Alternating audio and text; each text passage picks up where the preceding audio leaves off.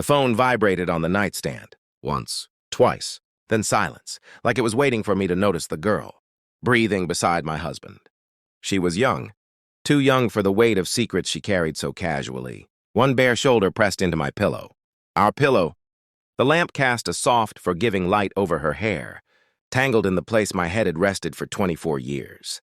I didn't scream. I didn't move. I watched my husband stand at the window, shirt half-buttoned, back straight, jaw locked. He didn't look surprised to see me awake. That terrified me more than the girl. "Keep your eyes open," he said quietly. Not to her, to me. The words landed like a command. I stared at the ceiling, counting the cracks I'd memorized during sleepless nights. I thought were caused by work stress, or age, or love thinning with time. I told myself this was a nightmare, a late-life punishment dream. The girl shifted. My husband didn't rush to cover her. He didn't apologize. He waited. That was when I understood something fundamental had already ended, long before I opened my eyes. I didn't ask who she was. I didn't need to. She left before dawn, slipping into her dress like a practiced thief. She avoided my eyes. That was mercy. Or cowardice.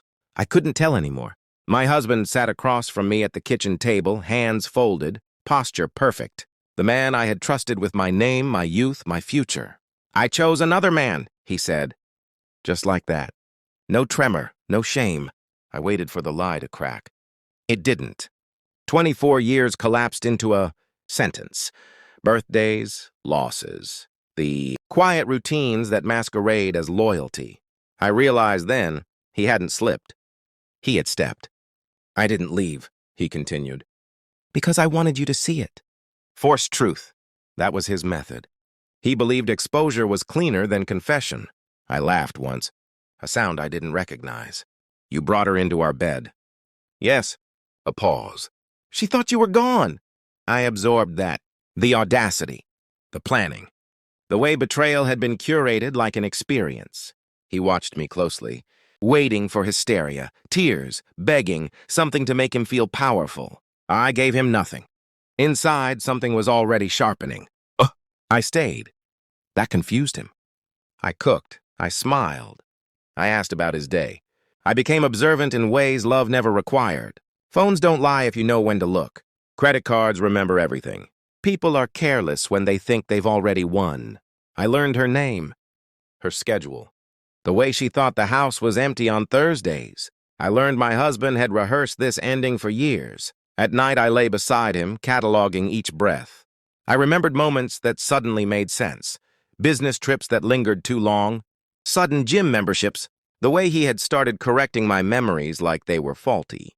I didn't confront him. I prepared. A DNA test from a private lab arrived in a matte black envelope. Not for a child, for him. Proof of something he'd hidden before we even married. A double life that predated me. I checked offshore accounts, properties registered under shell companies. One villa stood out. Switzerland.